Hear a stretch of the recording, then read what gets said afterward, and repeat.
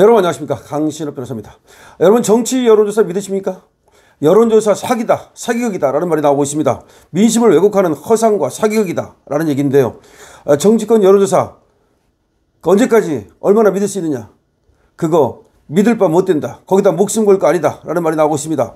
하루에도 수차례 발표되는 지지율 수치에 따라서 정책 방향을 바꾸고 언론은 이를 대서특필하고 그러는데, 냉정히 말해서 여론조사는 민심을 정확히 반영하지 못하는 허상이라는 겁니다. 좀 심하게 말하면 사기극이라는 겁니다. 그럼에도 정치권은 이를 맹신하고 국민을 기만하고 있다는 겁니다. 여론조사 부질없고 사기인 이유, 제가 5가지로 정리하겠습니다. 여론조사 부질없고 사기다, 그 이유 5가지로 지금 FN2데이에서 정리하고 있는 거 말씀드리겠습니다. 첫 번째, 조사 방식의 허구성입니다. 전화 면접, ARS, 온라인 조사 등 방식에 따라 결과가 극적으로 달라집니다.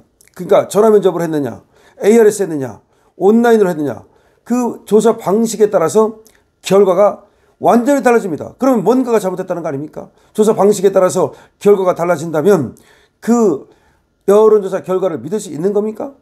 어차피 우리가 선거에서는 말이죠, 현장에 가서 투표하는, 그게 중요한 겁니다. 그러니까 그 전에 ARS든 전화 면접이든 뭐든 간에 그 여론조사라는 것은 하나의 그냥 가능성만을 말하는 것이고, 그 가능성마저도 허구일 가능성이 있고 사기일 가능성이 있습니다. 민심을 측정하는 것이 아니라 조사 방식에 따라 다른 가짜 민심을 만들어내는 거 아니냐, 진짜 민심을 찾아내는 것이 아니라 가짜 민심, 그러니까 어느 쪽으로 치우친 민심을 만들어내고 그거를 갖다가 부풀리고, 그래서 그걸 가지고 국민을 속이는 거 아니냐. 결국 조사 결과는 현실을 반영하기보다 조사자의 선택에 따라 조작된 그림일 뿐이다. 그러니까 결과적으로는 조사자가 어떤 방식을 선택하느냐에 따라서 그에 따라서 조작되는 하나의 결과값이지, 그것이 민심이라고, 그것이 현실이라고 보기 어렵다는 겁니다. 두 번째, 표본이 왜곡된다는 겁니다. 수천만 유권자를 겨우 1000명 남짓한 표본으로 대변한다는 것은 통계 이탈을 쓴 기만이라는 겁니다. 아니, 생각해 보십시오. 유권자가 몇 천만 명, 적게도 몇 백만 명, 아무리 적어도 몇 십만 명인데 겨우 1000명 갖고 말이죠, 그 여론조사 한다는 것이 때로는 통계 이탈을 쓴 기만이라는 거죠. 특정 연령, 지역, 계층이 과소 대표되거나 과대 대표되면 결과는 왜곡되고, 이는 곧 민심을 가장한 허상으로 둔갑한다는 겁니다. 세 번째, 응답률이 붕괴되었다는 겁니다. 응답률이 붕괴되면서 응답률이 너무 낮게 나오기 때문에 전화 안 받고 말이죠, 받았다 끊어버리고, 그렇기 때문에 응답률 10% 내외, 10%도 안 되는 경우도 많은데, 즉 조사에 응한 소수의 적극적인 목소리만이 전체 국민의 목소리로 포장된다는 겁니다. 예를 들어서 생각해 봅시다. 이재명을 지지하느냐, 이런 전화가 오면은 말이죠, 이재명 싫어하는 사람들은, 지지하지 않는 사람들은 전화를 안 받아버립니다. 안 받아버려요. 그럼 안 받은 사람이 이재명을 지지하지 않는 건데, 받은 사람 중에서 지지하느냐 아니냐, 그게 무슨 의미가 있습니까? 그렇기 때문에 결국 응답률 10%의 이거 가지고는 그 적극적인 목소리만이 반영되고, 의도적으로 전화를 기다리는 사람만이, 그 목소리만이 반영되기 때문에 그거를 그대로 민심이라고 볼 수 없다는 겁니다. 이건 오히려 민심을 왜곡하는 구조적인 사기라는 겁니다. 대다수의 침묵은 무시되고 소수의 목소리만 과대 대표가 된다는 겁니다. 네 번째, 정치적 조작과 이용입니다. 여론조사는 본래 민심을 읽는 도구지만 실제로는 정치적 무기로 전락했다는 겁니다. 특정 세력은 자신에게 유리한 조사만을 홍보하고 불리한 결과는 무시하거나 조작이라고 치부해버립니다. 조사 의뢰 단계에서부터 의도적 편향을 넣는 경우도 있어서 여론조사는 민심을 조작하는 사기극으로 변질됐다는 겁니다.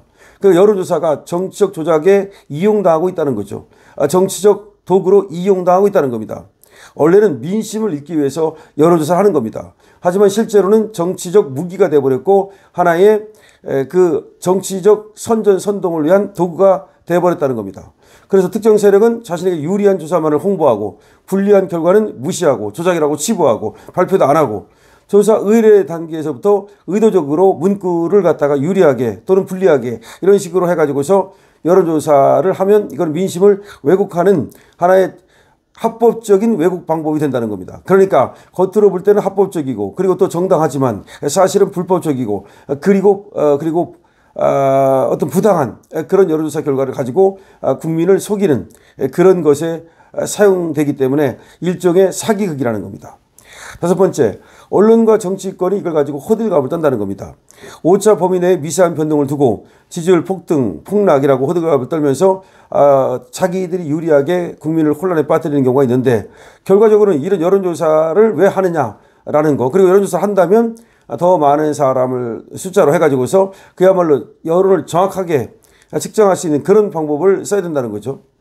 정치권은 자, 이 여론조사 결과 나오면 그걸 근거로 해서 정책을 급격히 바꾸거나 상대를 공격하거나 그러는데, 결국 여론조사는 정치쇼의 연출 도구로 전락한다는 겁니다. 결국 여론조사를 가지고 자기 편을 옹호하고 상대편을 공격하는 하나의 여론조사가 정치쇼 그리고 공격과 방어의 수단이 되고 있다는 겁니다. 여론조사는 민심을 반영하는 것처럼 포장되지만 실제로는 허상과 사기에 불과하다. 조사 방식의 허구, 표본의 왜곡, 응답률 붕괴, 정치적 조작, 언론과 정치권의 호들갑까지 모든 요소가 여론조사의 신뢰성을 무너뜨린다는 겁니다. 그럼에도 정치권은 여론조사를 맹신하며 국민을 기만하고 있다는 겁니다. 민주주의를 지키려면 여론조사라고 하는 허상에 매달릴 것이 아니라 실질적 정책과 성과로 국민의 마음을 얻어야 한다라고 얘기하고 있습니다. 언제까지 속으시겠습니까? 지금 FN 투데이의 지금 기사인데요. 여론조사라고 하는 것이 민심을 왜곡하는 허상과 사기일 뿐이다. 그래서 언제까지 속겠느냐 이런 얘기죠. 정치권은 여론조사 결과에 목숨을 걸고 하루에도 몇 차례씩 발표되는 지지율 수치에 따라서 정책 방향을 바꾸고, 언론은 또 이를 대서특필하고, 그렇지만 냉정히 말해서 여론조사가 민심을 반영하는 것은 아니다는 겁니다. 그것은 정확히 민심을 반영하지 못하는 허상일 뿐이며 때로는 사기라는 겁니다. 그럼에도 정치권은 이를 맹신하고 국민을 기만하고 있는데, 여론조사가 부질없고 사기인 이유 5가지를 보면, 첫 번째, 조사 방식이 허구라는 겁니다. 두 번째, 표본이 왜곡된다는 겁니다. 세 번째, 응답률이 붕괴됐다는 겁니다. 네 번째, 정치적 조작에 이용당한다는 겁니다. 다섯 번째, 언론과 정치권이 이걸 가지고 호들갑을 떤다는 겁니다. 그렇잖아도 말이죠. 이 한국갤럽이라고 하는 곳이 있는데, 여기는 원래 미국 갤럽하고는 아무런 관계가 없는 거예요. 근데 이제 갤럽을 갖다 쓴 거죠. 여기서 보면은 말이죠. 지금도 민주당이 국민의힘보다 2배가 더 높게 나옵니다. 2배가. 그리고 이재명 지지율이 60%를 넘게 뭐 이렇게 나옵니다. 근데 이거 왜 그런 거지 아십니까? 이게 바로 전화를 직접 걸어가지고, 이게 ARS 이런 게 아니고, 그래가지고 직접 전화 면접을 해가지고서 뭐라고 물으면 거기 답하고 이렇게 하는 거예요. 그러다 보니까 한번 생각을 해보십시오.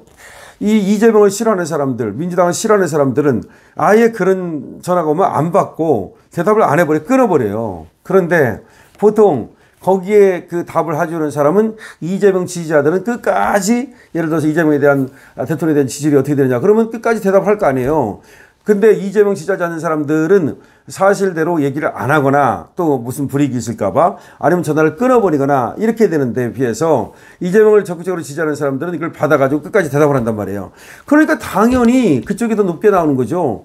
그 다음에 지금 민주당과 국힘도 그래요. 국힘이 지금 어쨌든 정권을 뺏기고서 어려운 지경에 있단 말이에요. 그러니까 국힘을 지지하는 사람들은 이걸 적극적으로 바깥으로 드러내질 않아요. 소극적으로 숨기려고 하죠. 그러니까 이게 전화 면접을 하게 되면 자기가 예를 들어서 국힘을 지지한다, 윤석열 대통령을 지지한다 이런 것들이 별로 알려지는 것을 원치 않으니까 굳이 끝까지 대답을 안 한단 말이에요. 빠져나간단 말이에요. 처음부터 전화를 안 받거나 전화를 받다가 전화를 끊어버리거나 이러니까 당연히 전화 면접 방식의 한국갤럽의 전화 여론조사는 당연히 이재명이 높게 나오고 민주당이 높게 나오는 거죠. 그러니까 어떻게 하느냐에 따라서 너무나 이게 결과값이 달라지기 때문에 사실은 여론조사라고 하는 것은 이거는 ARS로 하느냐, 전화 면접으로 하느냐, 또 무선 통신으로 하느냐, 유선으로 하느냐, 이거에 따라서 너무 달라지는 이 여론조사가 무슨 의미가 있느냐. 근데 그걸 가지고 왜, 그럼 언론들은 여론조사를 할까요? 그걸 장사를 하려는 거 아닙니까? 결과적으로 그거 해가지고서 대서특필하고 그걸 가지고서